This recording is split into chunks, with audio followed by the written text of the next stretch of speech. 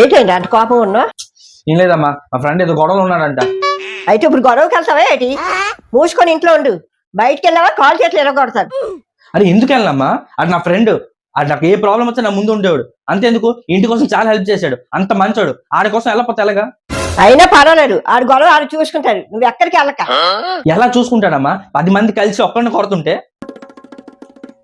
అయ్యో సరే నువ్వు వెళ్ళు, కానీ జాగ్రత్త. వాడి మీద చెయ్యి అలాగేసారు. నేను వెళ్తే ఒక్కొక్కడికి ఉంటది. ఇంకేంటి వెళ్ళలేదు నువ్వు? ఆగమ్మా వెళ్తాను. వాళ్ళకి ఎలా కొట్టాలని ప్లాన్ చేస్తున్నావా? అబ్బే అలాంటివి ప్లాన్ చేయట్లేదమ్మా. అయితే వెళ్ళు మరి. వెళ్తానమ్మా, ఆకలి వేస్తుంది కదా, ఏదో తినేసి వెళ్తాను.